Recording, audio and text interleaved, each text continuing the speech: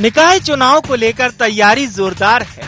कांग्रेस और भाजपा में बयानों से तकरार है। एक का वार तो दूसरे का पलटवार है। आरोप प्रत्यारोप की बौछार है। छोटे चुनाव का ये घमासान अब धीरे धीरे परवान चढ़ रहा है।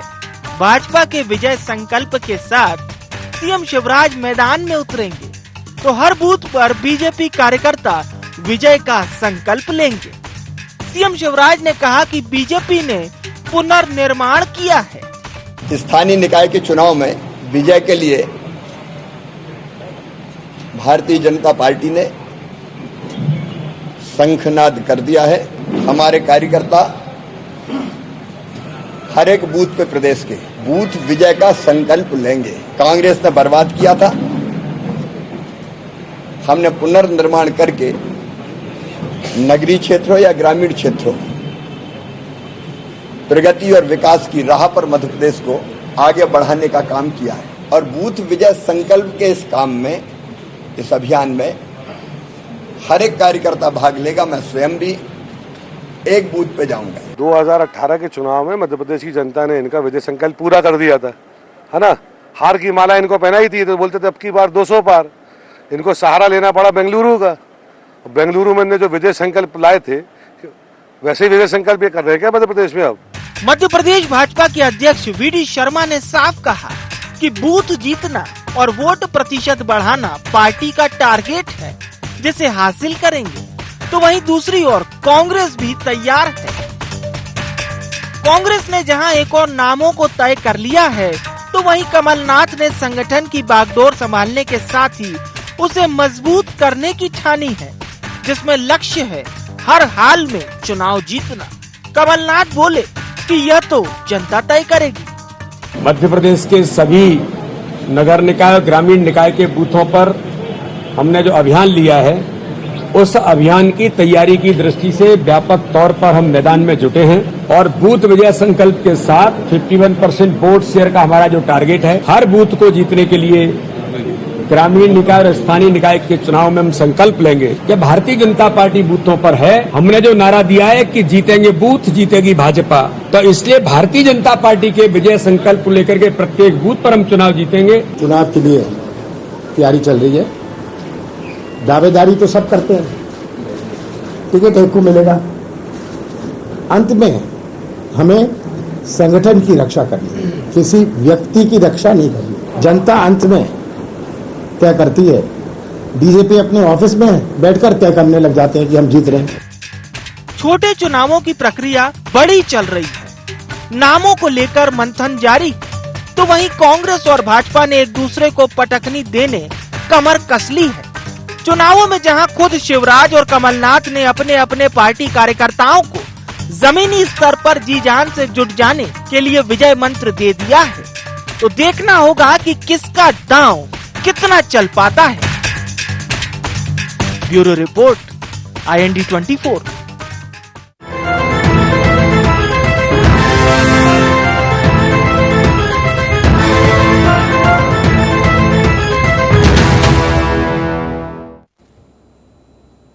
नमस्कार, IND एजेंडा विजय शंखनाद में आपका स्वागत है। मैं हूं आपके साथ नाज़नीन नकवी। चुनाव छोटे हैं लेकिन घमासान बड़ा होता हुआ नजर आ रहा है। अभी से आरोप प्रत्यारोप का सिलसिला दिख रहा है और साथ ही साथ जीत के अपने अपने दावे भी हैं। लेकिन दावों की सच्चाई क्या कुछ है, इसे समझने की कोशिश करेंगे। पहले नजर एजेंडा पॉइंट्स पर। चुनाव को लेकर क्या होगी सियासी दलों की रणनीति? क्यों सीएम शिवराज ने साधा कांग्रेस पर निशाना? क्या कमलनाथ संगठन को साध चुनावों में उतरेंगे खरे? और हर बूथ को जीतने और वोट प्रतिशत बढ़ाने में भाजपा कितनी कामयाब होगी, क्योंकि भाजपा ने टारगेट सेट कर लिया है, वोट प्रतिशत बढ़ाना है, हर बूथ को जीतना है। और जिस तरीके से तैयारी की जा रही है, कहा जा रहा है कि उनके लिए ये चुनाव ज्यादा बड़ा नहीं है, ज्यादा टारगेटफुल नहीं है, और क्योंकि चुनौती के रूप में वो कांग्रेस को देख ही नहीं रहे। लेकिन वहीं दूसरी तरफ कांग्रेस ये कह रही है कि उनकी तैयारी लगातार चल रही है और बार बार वो बीजेपी को साल 2018 की याद दिला रही है। क्या वाकई कांग्रेस वापसी कर पाएगी और इन छोटे चुनाव में क्या उसका परफॉर्मेंस बहुत बेहतर निकल कर आने वाला है? समझने की कोशिश करते हैं, मेहमानों से परिचय करा देती हूँ। स्टूडियो में मेरे साथ विधायक सुरेश राजे हैं, कांग्रेस का पक्ष रखेंगे। स्वागत है बहुत आपका। सनवर पटेल हमारे साथ जुड़ रहे हैं, बीजेपी के प्रवक्ता हैं, स्वागत है। और देवदत्त दुबे मेरे साथ हैं, वरिष्ठ पत्रकार हैं। आप बहुत स्वागत है आपका भी। शुरुआत आपसे करना चाहेंगे सुरेश जी, क्योंकि आप ये कह रहे हैं कि बीजेपी जो है वो सिर्फ कमरों तक सीमित है, अंदर बैठ के वो तैयारी कर रहे हैं। लेकिन अगर बीजेपी की माने तो वो ये कह रहे हैं कि ना तो उन्होंने जनता के बीच में कमलनाथ जी को देखा है और ना ही वो आपके कार्यकर्ताओं को देख पा रहे हैं। तो ऐसे में जब कार्यकर्ता जमीन पर नहीं उतर रहे, नेतृत्व जमीन पर नहीं उतर रहा, तो फिर ये कहना कि बीजेपी कमरों से सब कुछ तय कर रही है, कैसे?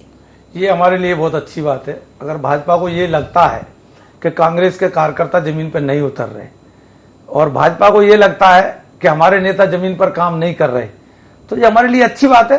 इसमें क्या दिक्कत है? ये उनका सोच है। हमारी पार्टी, हमारे नेता कितना जमीन पर उतर रहे हैं। और हमारे नेता सम्माननीय कमलनाथ जी ने जो कहा है, मैं व्यक्ति नहीं संगठन पे फोकस करूंगा। किसी व्यक्ति के पीछे संगठन की रक्षा करना मेरा पहला दायित्व है, न कि व्यक्ति की जी। और ये अपना अपना सोच है। भाजपा क्या दावे कर रही मैं उस पर जाना नहीं चाहता। ये तो आने वाला समय बताएगा, जनता तय करेगी। कमलनाथ जी ने एक पद छोड़ दिया क्योंकि संगठन को संभालना था, और अभी भी वो कह रहे हैं कि संगठन की रक्षा करना है। तो क्या संगठन खतरे में है? संगठन कमजोर लग रहा है? संगठन को मजबूत करने की जरूरत है? क्योंकि अभी सिर्फ अगर हम देखें पंचायत और निकाय चुनाव ही नहीं है, आने वाले वक्त में विधानसभा के चुनाव हैं। आप 23 पर भी फोकस करने की बात कर रहे हैं। तो संगठन की रक्षा, इस शब्द का क्या मतलब निकाला जाए? नहीं, देखिए, इस शब्द का मतलब सीधा सीधा है कि अगर संगठन है तो हम चुनाव को फोकस कर सकते हैं, जीत सकते हैं। बगैर संगठन के तो कोई भी दल चुनाव नहीं जीत सकता। तो इसलिए संगठन पे फोकस है।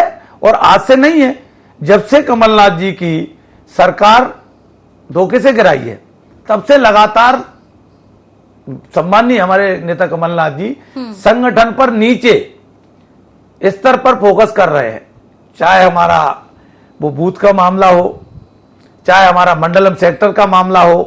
कमलनाथ जी जहां जहां जाते हैं पहले सेक्टर और मंडलम की बैठक लेते हैं, सीधा रूबरू होते हैं कार्यकर्ता से। तो ये वो कह रहे हैं तो वो करके दिखा भी रहे, और आने वाले समय में ये आपको परिणाम देखने को मिलेगा। हमारे साथ वरिष्ठ पत्रकार देवदत्त जी भी हैं। देवदत्त जी, एक बात कांग्रेसी आजकल बार बार दोहरा रहे हैं कि दूध का जला छाछ भी फूंक फूंक कर पीता है। संगठन से शायद नजर हटी थी और इसीलिए दुर्घटना घटी थी, जैसा कि अभी सुरेश जी कह रहे हैं कि जब सरकार गिरी, तो क्या ये माना जाए कि अब देर से सही लेकिन समझ में आया है कि कार्यकर्ताओं की बहुत जरूरत है कांग्रेस को उनके साथ जुड़ने की, बात करने की, उनकी बात को सुनने की, और इसीलिए अब मंडलम और सेक्टर पे, जैसा कि कहा जा रहा है, कि बहुत ज्यादा फोकस किया जा रहा है? देखिए, कोई भी राजनीतिक दल हो, यदि उसके पास कार्यकर्ताओं की टीम है, समर्पित लोगों की टीम है और हर बूथ पे उनके लोग हैं, तो फिर चुनावी समर में उसको मदद मिलती है चुनाव जीतने के लिए। और यदि कार्यकर्ता नहीं है तो फिर कितने भी पार्टी के पक्ष में भी वातावरण रहा है तो कई बार चुनाव जीतने में दिक्कत होती है। और स्वाभाविक है, लोग गलतियों से सीखते हैं। जब लगातार कांग्रेस पार्टी पूरे देश में, प्रदेश में सिमट गई, 2018 में कमलनाथ प्रदेश अध्यक्ष बनने के बाद उन्होंने मंडल सेक्टर का गठन करवाया बूथ स्तर पर, और 15 सालों की सरकार भाजपा की सत्ता से बाहर करके वो सरकार में लौटे, और फिर वो 1.5 साल में उनकी सरकार गिर गई। तो एक कांग्रेस अब प्रतिशोध की ज्वाला में भी है और एक अनुभव भी है कि हमने मंडल सेक्टर को मजबूत किया तो हम सरकार में आए। तो इन दो चीजों को मिलाकर वो उम्मीद नहीं उसने छोड़ी है। उसको लग रहा है कि हम 23 में फिर अच्छा करेंगे, और उसके लिए वो इन स्थानीय निकाय के चुनाव में अपना खुद का परीक्षण भी करना चाह रही है कि हम पंचायती राज के चुनाव में, तो खैर वो गैर दलीय होते हैं, लेकिन खासकर नगरीय निकाय के चुनाव पर पूरा फोकस है कमलनाथ का और वो कांग्रेस पार्टी का, और वो उसी को आधार मानकर 2023 की तैयारी में जुटे कि हम कितना कुछ कर पाते हैं। बिल्कुल, क्योंकि अगर देखा जाए बहुत ज्यादा नहीं लेकिन काफी हद तक तस्वीर साफ हो सकती है इन छोटे चुनावों में, जिस तरीके से कांग्रेस और बीजेपी परफॉर्म करेंगे। मैं आऊंगी दुबे जी आपकी तरफ। सनवर साहब, आप विजय संकल्प की बात कर रहे हैं, जाहिर है आप भी चाहते हैं कि चुनाव जो भी हो लेकिन बीजेपी की जीत होनी चाहिए, और कांग्रेस को आप ये कह रहे हैं कि वो तैयारी नहीं कर रही है, लेकिन कांग्रेस बार बार 2018 की बात दोहरा रही है, क्या लगता है? देखिए, बहुत ही स्पष्ट है कि भारतीय जनता 24 घंटे 365 दिन समाज क्षेत्र में कैसे इनका उत्थान हो जो पिछड़े हैं कैसे आगे लाया जाए, कैसे सुशासन की स्थापना हो, इसके लिए काम करती है।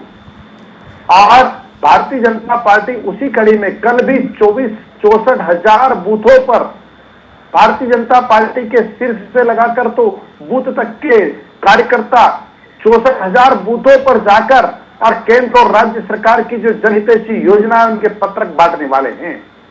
ये भारतीय जनता पार्टी जो लगातार सक्रियता के साथ काम करती है। अब वहीं कांग्रेस की अगर हम बात करें, सम्माननीय बहुत वरिष्ठ नेता विधायक जी हमारे बीच में मौजूद है जो कांग्रेस के प्रवक्ता हैं, उनका धर्म भी है, वो अपनी बात उन्होंने कही है, लेकिन मध्य प्रदेश की जनता देख रही है आपके चैनलों के माध्यम से। आज हम जब समाज क्षेत्र में काम करते हैं कुछ नैतिक जिम्मेदारी होती है कि हमारा चेहरा कैसा जाए, लेकिन आज आप देखिए कांग्रेस ने जब से टिकटों के लिए रायशुमारी चालू की है, जब से उन्होंने बैठकों में जाना चालू किया, किस प्रकार की सरफटौल हमारे सामने आ रही है, किस प्रकार से मारपीट हो रही है, लोगों के कपड़े फाड़े जा रहे हैं। ये हम कैसे समाज की स्थापना करना चाहते हैं, ये हम कैसा समाज खड़ा करना चाहते हैं, नाजनीन जी ये चिंता का विषय है। रही बात 2018 की, आप बात करते हैं बार बार, देखिए 2018 में जिस प्रकार से भ्रम फैलाया गया था, 2018 में जिस प्रकार से झूठ बोला गया था, 2018 में जब घोषणा पत्र से कम नहीं चला तो किस प्रकार से वचन पत्र लाया गया था, और वचन पत्र में 973 वचन दिए गए थे, ये वचन हम पूरे करेंगे, लेकिन 973 वचनों में से एक वचन पूरा नहीं हुआ। मध्य प्रदेश की जनता इनसे सवाल पूछती है, इसलिए ये जनता के बीच नहीं जाते हैं। और मैं उम्मीद करता हूं कि कांग्रेस पार्टी को स्वस्थ विपक्ष की भूमिका निभाना चाहिए, रचनात्मक कार्यों में सरकार के साथ आना चाहिए। जी आप कह रहे हैं कि कांग्रेस जनता के बीच नहीं जाती, कमलनाथ जी कह रहे हैं कि आप यानी कि भाजपा जनता के बीच नहीं पहुंच पा रही है, और दूसरी बात आप कह रहे हैं कि घोषणा पत्र के वादे पूरे नहीं हुए, लेकिन कांग्रेस इन छोटे चुनावों के लिए भी घोषणा पत्र की बात कह रही है, तो फिर आप कैसे देखते हैं, क्या इनका कॉन्फिडेंस बहुत ज्यादा है? नाजरीन जी बहुत अच्छा सवाल किया आपने, मैं आपका शुक्रिया अदा करता हूं, धन्यवाद देता हूं। कमलनाथ जी कहते हैं कि भारतीय जनता पार्टी अगर जनता में नहीं जाती, जो 15 माह में 15 बार भी भोपाल छोड़कर नहीं निकले, जिन्होंने वल्लभ भवन की 5वीं मंजिल से खिड़की में झांका तक नहीं, वो जब उनके विधायक और मंत्री जाते थे तो उनको चलो चलो की बेला उनको रवाना कर दिया करते थे। ये हम नहीं, उनके विधायकों के बयान हैं, उनके मंत्रियों की चलती नहीं थी, उनके मंत्रियों ने बयान दिया कि हमारी फाइलें दिग्विजय सिंह जी के पास पहले जाती है। इस प्रकार का कुशासन की स्थापना उन्होंने की, और जब प्रदेश में त्राहिमाम मच गया, जब प्रदेश में हाहाकार मच गया, और जब सिंधिया जी ने कहा कि आप इसको सुधारिए वरना मैं रोड पर उतर जाऊंगा, उन्होंने कह दिया रोड पर उतर जाइए, उनका अपमान करने का काम किया। फिर से अच्छा है, अगर कुछ बातें कांग्रेस के नेता भूलना भी चाहें, अपनी गलतियों को भूलना चाहें, तो बीजेपी बार बार उन्हें याद दिलाती रहती है, और ऐसे में सुरेश राजे आपको क्या लगता है कितना आसान हो जाता है जब गलतियां सामने हो उन्हें सुधारना और आगे के लिए फोकस होकर काम करना? नाजनीन जी एक बात बहुत अच्छी भाई सरवर जी पटेल ने कहा अभी, तो मुझे हंसी आ रही थी उस बात पे कि हम केंद्र की नीतियों को लेके जनता तक जाएंगे। आप देखिए क्या स्थिति हो गई है इस पार्टी की कि अब नगर पालिका नगर निगम चुनाव में भी, पटेल साहब मैं आपकी बात सुनना था प्रेम से, कृपया सुने, अब नगर पालिका नगर निगम और हो सकता है पंचायत तक भी ये जो है केंद्र की सरकार की उपलब्धियां लेकर जाए। हमारा नेता है, नहीं मैं तो कह रहा हूं ना कि आप तो वोट मांगिए मोदी जी के नाम पर, कौन मना कर रहा है? आपके नेता है, बिल्कुल मना नहीं कर रहे। शिवराज जी के नाम पर भी मांगेंगे और मोदी जी के नाम पर भी मांगेंगे। एक एक चीज का जवाब दूंगा मैं आपको। आपने अभी कहा कि एक भी वादा पूरा नहीं किया, और अभी आपने कहा कि एक भ्रम फैलाया गया। भ्रम का कार्य सिर्फ और सिर्फ भारतीय जनता पार्टी करती है, भ्रम फैलाने का काम कांग्रेस ने कभी नहीं किया। हमने जो वादे किए, हमने वचन पत्र दिया, हमारा पहला वचन पत्र में सबसे बड़ा वादा था कि हम किसानों के कर्जे माफ करेंगे जी। आपकी पार्टी के लोगों ने, आपके विधायकों ने, आपके मंत्रियों ने, आपके पूर्व मंत्रियों ने, वर्तमान मंत्रियों ने सदन में स्वीकार किया कि कमलनाथ जी ने कर्जे माफ किए, लेकिन 2 लाख तक के नहीं किए। मैं मानता हूं कि 2 लाख तक के हम नहीं कर पाए जब तक हमारी वो प्रक्रिया चल रही थी। एक मिनट पटेल साहब, आपने हमारी सरकार गिरा दी, और हमने कहा ना कांग्रेस पार्टी ने जब सबको, जो हमारा आज जिसका आप इतना बड़ा ढिढोरा पीट रहे हो कि 5 किलो के थैले पे भी मोदी जी छाप रहे हो और उसको घर घर बांट रहे हो, ये कांग्रेस ने कदापि नहीं किया। ये गरीबों को अनाज तो जीवन भर से मिलता रहा है, कोई पहली उपलब्धि नहीं है, और आप नहीं लाए। ये मनमोहन सिंह जी के समय में आया ये नियम कानून। और देखिए पटेल साहब, मैं आपसे पूछना चाहता हूं, आपने अभी कहा कि कमलनाथ जी घर से नहीं निकले, कमलनाथ जी ने ये कह दिया। इसकी जगह आप ये कहो कि आपने क्या कहा था, 24 घंटे बिजली देंगे। दे रहे हो क्या क्षेत्र में? दे रहे हो क्या? आपने कहा शहर में 24 घंटे देंगे, आप दे रहे हो? आप इसकी बात करो, आप महंगाई की बात करो, आप इसमें क्यों नहीं आप मुद्दों पे चुनाव लड़ना ही नहीं चाहते? एक व्यक्ति बताओ मुद्दों पे चुनाव लड़ना चाहते हो? नहीं। चलिए वो जवाब देना चाहते हैं, सुन लेते हैं। जी बोलिए सनवर साहब। नाजनी जी, मैं हमारे वरिष्ठ विधायक जी को बताना चाहता हूं कि ये वही मध्य प्रदेश है जहां बिजली कभी कभी आती थी, और आज ये वही मध्य प्रदेश है जब कभी मेंटेनेंस के कारण बिजली जाती है। ये अंतर है भारतीय जनता पार्टी और कांग्रेस की सरकारों में। ये वही मध्य प्रदेश है जहां गड्ढों में सड़क है कि सड़क में गड्ढे पता नहीं चलते थे। आज अगर गड्ढे होते हैं तो उनको मरम्मत करके ठीक किया जाता है। आज नल जल के योजना के माध्यम से लोगों को घर घर जल पहुंचाने का, पीने का पानी पहुंचाने का इंतजाम किया जा रहा है, और 2029 तक का टारगेट है मध्य प्रदेश के एक एक घर में नल जल योजना के माध्यम से पीने के पानी को मुहैया कराया जाएगा। आज ये वही मध्य प्रदेश है जो पूरे देश में सर्वाधिक सड़कें बना रहा है। आज ये वही मध्य प्रदेश है जो देश में सर्वाधिक गेहूं का उत्पादन कर रहा है। आज ये वही मध्य प्रदेश है जो एक नहीं, दो नहीं, 7 बार पंजाब जैसे कृषि प्रधान प्रांत को पछाड़कर और कृषि कर्मण अवार्ड जीत रहा है। आज ये वही मध्य प्रदेश है जो स्वच्छता के मामले में पूरे देश में इंदौर को नंबर 1 ला रहा है। तो साहब, आप सम्माननीय विधायक जी, मध्य प्रदेश में भारतीय जनता पार्टी की सरकार ने रात दिन काम किया है। सुबह 6 बजे उठकर और हमारे मुख्यमंत्री जी बैठक लेते हैं और ताकीद करते हैं, कहां कमियां है उसको ठीक कीजिए।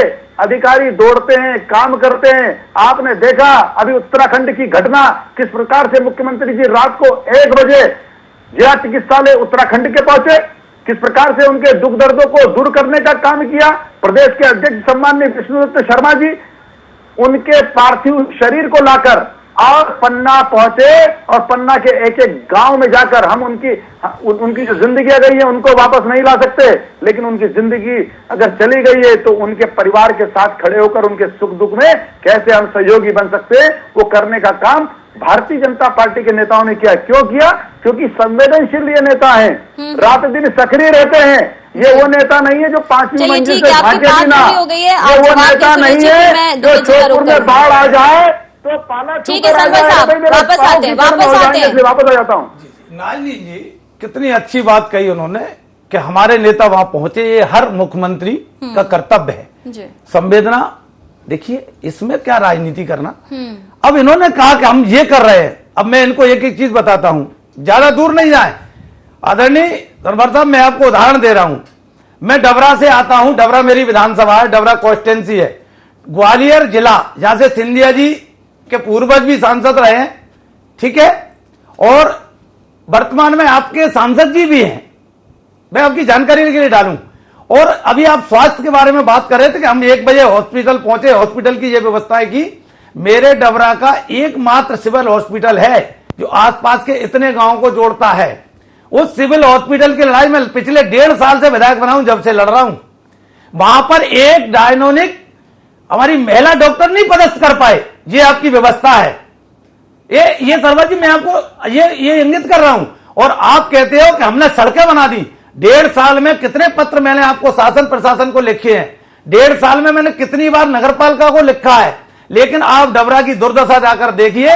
पंचायत की रोडें अच्छी होंगी डबरा की रोड से, किसी भी गांव में चले जाओ, सरपंच ने अच्छी रोड बना दी होंगी। क्यों डबरा आपके मध्य प्रदेश में नहीं है? मैं आपसे पूछना चाहता हूं, क्या तो नहीं है? और क्या वहां से आपके सांसद हैं तो वो जनता ने क्या उनको वोट नहीं दिया? तो आप बताइए, आप ये सौतेला व्यवहार किस आधार पर कर रहे हो? देखिए, मंत्री या मुख्यमंत्री किसी एक क्षेत्र का नहीं होता। मुख्यमंत्री बनने के बाद सबका साथ, सबके विकास की बात करने वाले सबको आप जो है बराबर से देखना चाहिए। आप स्वास्थ्य के मामले में सरकार पूरी तरह फेल्यूर है, पूरी तरह फेल्यूर है सरकार आपकी। चीजें हैं जो जनता से सीधे जुड़ती हैं। सड़क, बिजली की बात बार बार उठा रहे हैं सुरेश जी, क्या कहेंगे? अगर कोई ऐसी रोड है तो निश्चित से उस पर काम किया जाएगा। लेकिन मैं आपको बताना चाहता हूँ कि मध्य प्रदेश आज रोड के संवर जी, तो शर्मा जी, प्रतिदिन बनने वाली रोड के मामले में के तो वो अंदर- कोई एक जिले के नहीं है, शर्मा जी, नगर पालिका के अंदर विधानसभा है, पूरे नगर पालिका के अंदर नगर पालिका आपकी है, और सरकार आपकी अरे है, साहब, वो नगर अरे पालिका की माननीय रोड सुरेश राजनीति से जी, बनाई अरे माननीय सुरेश जी, 1.5 करोड़ रुपए में राजनीति मिलती माननीय है। सुरेश जी, अरे 1.5 कांग्रेस करोड़ में के 1 शासन करोड़ में तो हमने विकास सुना हो नहीं जाएगा। था कि नल जल क्या होता है। कांग्रेस के शासन में नगर पंचायतों में टंकी नहीं बनती थी, तो क्या नल 70 के साल- नल 70 का साल नाम से भी नहीं जनता सुना पार्टी घूम रही थी। था। आज हमने 2029 का टारगेट दिया है, 2029 तक एक भी विधानसभा, एक भी आपने गांव, टारगेट एक दिया, भी उसके लिए क्षेत्र नहीं धन्यवाद, छूटेगा। लेकिन उधर पूरे जाकर देश देखो, के हर जहां- घर जहां घर आपकी नल जल नल जल योजना की चल रही व्यवस्था है की ग्रामीण में, जाएगी। उन ग्रामीण पेयजल क्षेत्रों में भारत क्या हालत कर वासियों दी को है, मिले, इस पंचायत द्वारा बनाई गई सारी रोडें खोदती है। चलिए, एक बार और बात कर लेंगे। मैं और दुबे जब जी से समझ बोरिंग हो लेती गई हूँ। तो वहाँ टंकी नहीं है, और जब टंकी है वहाँ बोरिंग नहीं है, टोटल फेल्योर काम चल रहा है। चलिए आपका सुरेश जी मामले पूछ में। लेते हैं मैं दुबे आपसे जी से। कह रहा हूं। दुबे जी से पूछ लेते हैं। दुबे जी, ये बात ठीक है कि छोटी छोटी जो समस्याएं हैं और जिनसे जनता दो चार हो रही है, जाहिर है कि वो मुद्दे बन सकते हैं इन चुनावों में। केंद्र की योजनाओं की बात करना, विकास की बात करना, उपलब्धियां गिनाना, ये काम बीजेपी कर रही है। लेकिन आपको क्या लगता है कि कांग्रेस ने जो विजन चुना है और जो टारगेट पॉइंट्स रखे हैं वो जनता से सीधे जुड़ रहे हैं? क्योंकि बिजली पानी की अगर समस्या है और जहां बीजेपी कांग्रेस शासनकाल की याद दिला रही है, तो ये देखना होगा कि बीच में जो पीरियड रहा है उसमें ज्यादातर सरकार में भाजपा ही थी। देखिए, लोकतंत्र बहुत मजबूत हो गया है, मतदाता जागरूक हो गया, वो बहुत सिलेक्टिव हो गया है। लोकसभा चुनाव में वो राष्ट्रीय मुद्दों पर वोट करता है, प्रादेशिक चुनाव प्रदेश स्तर की, और स्थानीय स्तर पर वो स्थानीय मुद्दों पर ही चुनाव में वोट करता है कि उसका जो पार्षद है, का प्रत्याशी है, उसकी छवि कैसी है और वो कितना समाज में सक्रिय रहा। और इस बार तो बड़ा पैमाना है लोगों के पास कि इस सदी का सबसे भीषणतम संकट कोरोना काल आया था, उस दौरान मोहल्ले में या परिवार में या आसपास में किसने मदद की है, तो वो उसको भी देखेगा कि उस दौरान किसने मदद की है। तो और कौन नाली की सफाई के लिए संघर्ष कर रहा है, कौन पानी व्यवस्थित मिल रहा है। तो मुझे लगता है कि ये जो छोटे छोटे मुद्दे हैं ये स्थानीय चुनाव में बहुत प्रभावित करते हैं। और अपने यहाँ भारतीय राजनीति में ये माना जाता है और कहा भी जाता है कि सबसे कठिन चुनाव पार्षद का होता है, क्योंकि उसमें व्यक्ति की छवि भी आंकी जाती है। प्रादेशिक और राष्ट्रीय मुद्दों पर जब चुनाव होते हैं तो पार्टी की लहर की मदद मिल जाती है, राष्ट्रीय नेताओं की छवि की मदद मिल जाती है। लेकिन स्थानीय स्तर पर तो जो आप उम्मीदवार दोगे और जो मुद्दे होंगे, जिन कष्टों से जनता रूबरू होती है और जिन छोटी छोटी बातों के लिए उसे परेशान होना पड़ता है, वो देखेगी कौन सा प्रत्याशी हमारे लिए अनुकूल साबित होगा। तो मुझे लगता है यही कारण है कि ये चुनाव बहुत महत्वपूर्ण है और दोनों दल इसी में कसरत कर रहे हैं प्रत्याशी चयन में। अभी तक देखिए, आप किसी भी दल की सूची नहीं आई है, संकेत जरूर मिल रहे हैं, लेकिन बहुत कसरत हो रही है दोनों दल में कि अच्छे प्रत्याशी दें, क्योंकि प्रत्याशियों के आधार पर ही ये चुनाव होगा।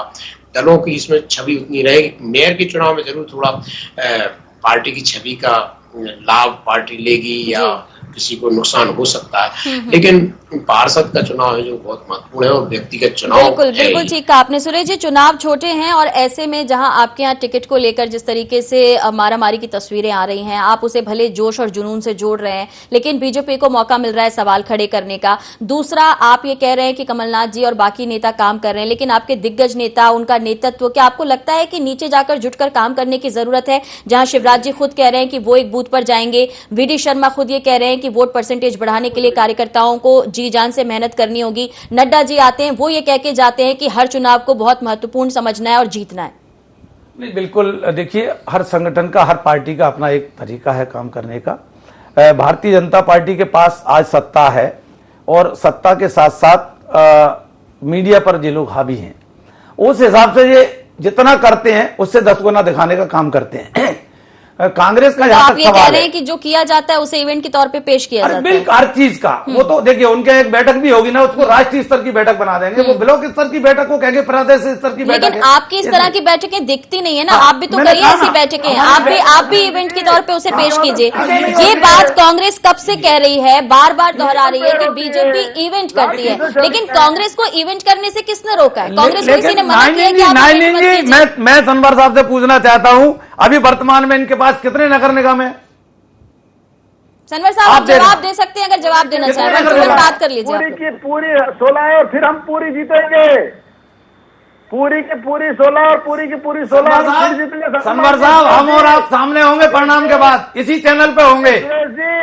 सनवर साहब, मैं आपको चैलेंज कर रहा हूँ, ये जनता तैयार बैठी है। अभी आपने कहा कि इन्होंने चलो चलो की वजह से सरकार गिरा दी। हमने, देखिए, जनता ने हमको अवसर दिया, आपको वो हिम्मत नहीं थी, आपको वो हिम्मत नहीं थी कि 5 साल मंत्री हमारी फाइलें के पास जाती। मैंने थोड़ा ही कहा जी, हमने नहीं कहा, कांग्रेस ने कहा, कांग्रेस के नेताओं ने कहा कि हम बात करने जाते हैं, आप 16 का शपथ देते हैं, आप 16 का शपथ दे रहे हैं ना, बहुत अच्छी बात है। कोई जनता तैयार बैठी है, जनता क्या करेगी? कांग्रेस के नेता ने कहा आपके मीडिया को धमकियां फैलाने से 16 नहीं जीतोगे। आप हमारे पे सुरेश जी, अगर कांग्रेस भी कुछ ऐसा करेगी, अगर दिग्विजय जी जाएंगे, अगर कमलनाथ जी जनता के बीच जाएंगे, तो मीडिया वो भी कवर करेगा, वो भी दिखाएगा, लेकिन खाली अगर आप बयान देंगे तो उतना ही दिखाया जाएगा। आपको नहीं लगता कि अगर खुद शिवराज जी कह रहे हैं कि वो कार्यकर्ताओं के पास जाएंगे, अगर कमलनाथ जी जाते हैं, किसी बैठक में शामिल होते हैं, अगर आप वहां पर जाकर कार्यकर्ताओं को बूस्ट करते हैं, उन्हें कोई विजय मंत्र देते हैं या जनता के बीच में जाते हैं, तो सब कुछ दिखाया जाएगा, लेकिन जाने की जरूरत है आपको। देखिए, लगातार अंजलि, मैं आपसे कहना चाहता हूं, हमारे कौन नहीं जा रहा? सज्जन वर्मा जी जा रहे हैं, दिग्विजय सिंह जी जा रहे हैं, हमारे दिग्विजय सिंह जाते हैं, फिर वो कहते हैं वोट कट जाते हैं उनके जाने से। सज्जन जी जा रहे हैं, तो सज्जन जी अपने स्टेटमेंट खुद ही सुना दे रहे हैं, उनके पास है अथॉरिटी नहीं है, वो पहले ही बयान दे रहे हैं। ये भाजपा को सोचते हैं हमारे दिग्विजय सिंह जाएंगे वोट कटेंगे। अरे ये तो खुद दिग्विजय जी कहते हैं ना, भाजपा थोड़ी कह रही है, दिग्विजय जी खुद कहते हैं ये बात। नहीं, हमारा हर लीडर अपने अपने क्षेत्र में अपने अपने तरीके से जा रहा है। ये बात सही है कि हमको भारतीय जनता पार्टी की तरह प्रोपोगंडा करना नहीं आता, ठीक है, ये इसमें कोई दो राय नहीं। चलिए, तो दो राय इस बात में नहीं है कि दोनों ही दल जो हैं वो कसरत कर रहे हैं। सनवर साहब कुछ कहना चाहते हैं तो 20 सेकंड में कहिए। जनता के जागरण को, जनता की योजनाओं को जनता तक पहुंचाने को अगर कांग्रेस इवेंट करे तो वो कहती रहे जनता का पैसा जनता के लिए खर्च करने का काम मध्य प्रदेश की भारतीय जनता पार्टी सरकार आगे भी करती रहेगी, इस चुनाव के बाद भी करती विजय रहेगी। और संकल्प बीजेपी ने ले लिया, सभी का बहुत शुक्रिया, लेकिन देखना होगा कि जनता का संकल्प क्या है, जनता का चुनाव का आधार क्या है, जनता जिन परेशानियों से दो चार हुई है, क्या इन चुनावों में वो इसका हिसाब करती है और साथ ही साथ एक मैसेज देने का काम करेगी साल 2023 के लिए, और तस्वीर कितनी साफ होगी इन चुनावों के बाद देखना दिलचस्प होगा। फिलहाल इतना ही, दीजिए इजाजत, नमस्कार।